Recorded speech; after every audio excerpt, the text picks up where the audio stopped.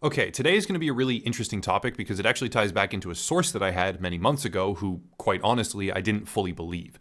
The subject is on-demand streaming, movies, shows, videos, pay-per-view, etc., and the direction that it will take moving forward. Now, this is where I need to tell a story because this isn't the first time I've come across this kind of thing, and it certainly isn't the first indication that we have had about where the industry is headed. A little under a year ago, I was approached by a source. If you don't believe this story, then don't worry, I didn't fully believe it at the time either. This unknown source proceeded to showcase various credentials which confirmed that they were in fact an independent contractor, I believe more specifically a software engineer, for Microsoft. This person was rather cautious. I won't say paranoid because that sounds derogatory and pejorative, but cautious seems to be the right word. They would only correspond with me through an app called Telegram, and only when I had activated certain measures in the app in order to protect the conversation. They were very hesitant to give me anything actionable or concrete outside of vague descriptions and hints at a sort of direction. But in the following days, I learned that this person had helped create and test, so they claim, a series of AI programs for Microsoft, among other things, and one of the applications, I believe it's been a long time and I'm not actually able to access the conversation anymore, probably by design, one of the applications was pay-per-viewer. This was a new term for me, and it also came buried alongside some far more intense allegations about what Microsoft was attempting to use their technology for. To be completely honest here, some of the claims seemed to make sense, but others were beyond the pale of what I was able to believe at the time. One of the main points, however, focused on pay-per-viewer and stated that the Kinect was designed for a multitude of reasons, but one primary focus that this person helped work on was in-room scanning with ticketed or head-counted viewership, so that when the number of people exceeded the number of assigned individual copyright licenses, the service could be terminated. That's insane. The reason why it's insane is because that would mean that the Kinect is actively watching the entire room, counting the number of people present, and any AI technology connected to the internet, by the way, which has the capacity to do this would also, more than likely, have the capacity for facial recognition, and could also then be used, which was one of the claims offered by my source, for a multitude of separate applications which were far more sinister and invasive. It was an interesting discussion at the time, and while I did already know that the Kinect was intended to be an integral and mandatory part of the Xbox One initially, what I didn't know was that they had actually attempted to patent this exact piece of technology in 2012. The framework was identical, and the premise was to eliminate viewing parties or any instance where large groups of people would consume media content without paying for a full spread of individual content licenses. This was the most believable and most immediately provable claim that my source made. They had worked on technology for Microsoft and stated that this would become the new normal at some point in the future, and it would happen sooner than we all expected. At that time, I was covering a number of other topics, and I had something half scripted. I wanted to somehow discuss this entire concept, leaving out the more intense claims that they had made, which I had no way of verifying, and honestly, in my own way, kind of struggled to believe. However, I never actually covered it. The script fell by the wayside, which happens all too often with topics that I cover, or don't cover, rather, and while I marked the experience down as an interesting moment in my career on YouTube, I didn't think much more on the subject. That was a bad decision on my part. Flash forward into 2021, and a post begins to circulate on Twitter from a senior Funimation contributor of a press email for Venue, which will, of course, enable the ability to monitor a living room for people and sell individual on-demand tickets. That's exactly what it is. Furthermore, if you visit their website, it displays a long FAQ about why, when, and precisely how this system will work. As an example, quote, "When you use the Venue streaming app and pick something to watch, you'll need to buy tickets for each viewer. You can purchase tickets for everyone, or each viewer can buy tickets individually. If Venue detects more people in the room than tickets purchased, content will pause until the ticket count equals viewer count." End quote. Now, as a side note here, something almost perfectly fitting for a service like this, you can't even copy-paste the text from their FAQ anywhere else. Copy and paste functions on the website have been disabled. Here's the thing, the fundamental mechanics at play here are bad. Imagine if a sports game were to just shut down and stop the clock whenever it was determined someone had snuck into the stands.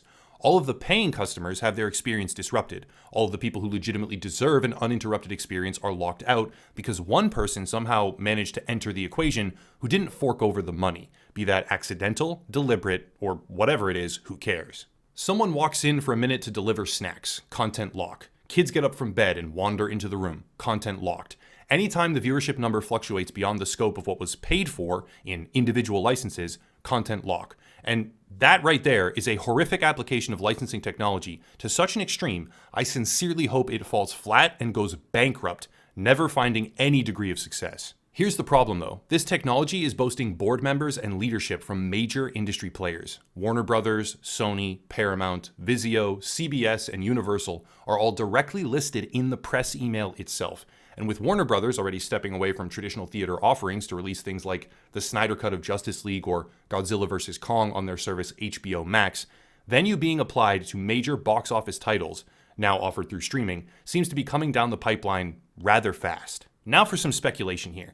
In an interview, ex-Cinex founder Kihan Fuad-Atkin, I don't care to pronounce his name right because I fundamentally disagree with his entire philosophy behind this product, but yeah, stated the following when asked about user concern over privacy and their aversion to being monitored. Quote, I wouldn't say monitored, I would say head count. It doesn't do facial recognition, it just makes sure that the number of people in the room matches the number of tickets. End quote. That could be reassuring if we take anything a man like that says at face value.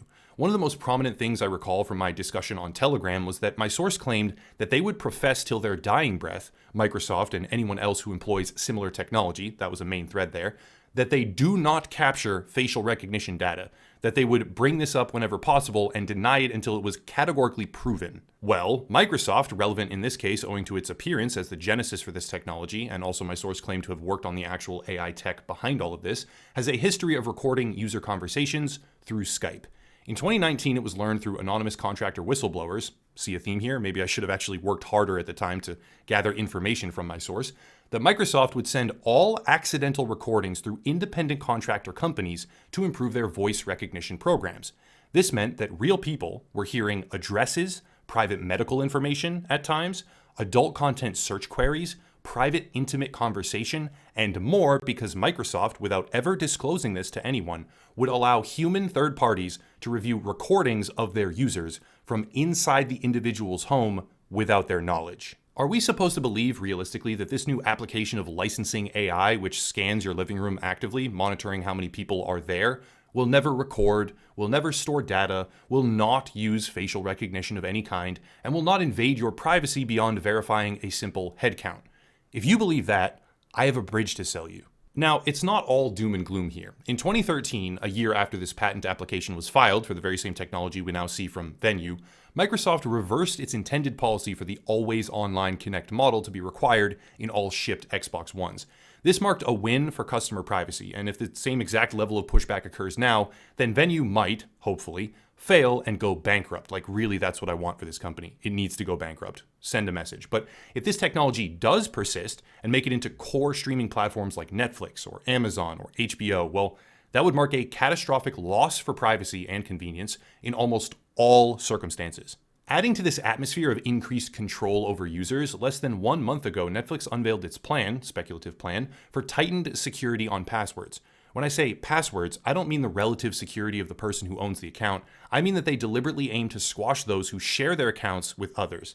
This initiative is disguised rather well, but the effect remains the same.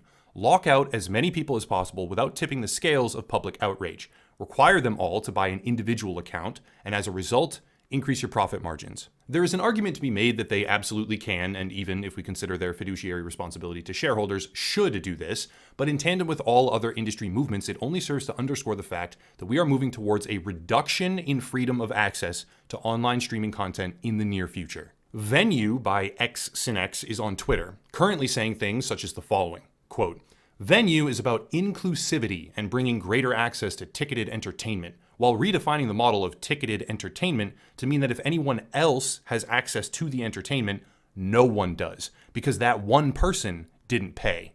They are also routinely promoting their WeFunder link as they ask for money to make this horrifying, invasive, and consumer-unfriendly piece of technology a reality.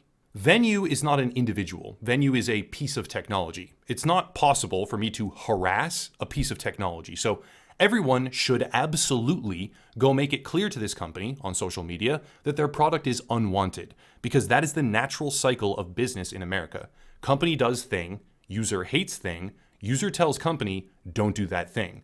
Venue needs to know that this is something they should not do, because it's awful, invasive, inconvenient, and greedy. Go tell them as much. Also, should I be banned, suspended, whatever, or punished here for targeted harassment, it would quite literally be a result of me advocating that customers give feedback to a multi-million-dollar brand. If that happens, we really do live in a corporate dystopia, and the Streisand effect, probably, would be fucking glorious in that instance. So go ahead. Let's see what happens. Venue is set currently for a $20 million valuation cap. It is raised, as of right now, $343,000 from 63 people, at least on their WeFunder page. That's just one aspect of their funding, though. That's not exactly a small amount per person. And in a true capitalistic market, when something like this gets offered, it can also get stomped out for being a bad idea. It might be based on the conceptual tech from a juggernaut like Microsoft, which would make it a whole lot harder to ever have any sort of realistic effect on whether or not they do this.